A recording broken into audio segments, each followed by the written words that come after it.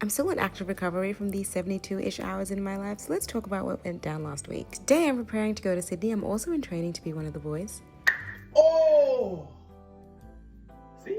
What I tell you? So I dapped my guy up before I headed out to the store to pick up some last minute things. I'm turning 27 next week, and can you believe that at my big age I didn't have a simple black pair of heels? The thing about being an influencer slash content creator is sometimes I joke that I'm that fun employed friend on a Wednesday afternoon. Which yeah, low-key, sometimes I am, but other times it gets pretty hectic. I've been trying to figure out ways to keep my beauty room functional but organized. Not gonna lie, there's some pretty exciting things coming up. In case you missed it, I spent a total of 2 months in New York, and I've been feeling like I've been on the back foot of getting back into a routine at home. And whenever someone says, "Oh, Tatenda, you're so busy," I'm like, no, I'm not really. And I wonder if I'm so quick to dismiss it because when people say that they're busy but they're literally just getting their nails done and doing Pilates, I'm like, no, you're not busy. And whilst I am getting my nails done, doing Pilates, and sometimes ruining my eyebrows, look, I don't know what happened here. I'm also in the thick of wedding planning, launching a clothing brand. I have another very time-consuming passion project that I actually can't share right now. And in between the concept ideation, filming and editing, and sometimes reshoots for paid campaigns and my own content, I still need to see my dentist whom I've been ghosting. I'm turning 27 next week, and I get summoned to Sydney. But this was a good trip, fresh off the plane, straight to a skincare raid with Fenty, then a meeting with Sephora, then an end of financial year meeting with my manager. I'm a massive introvert, but I'm also an ex-passes kid, and I feel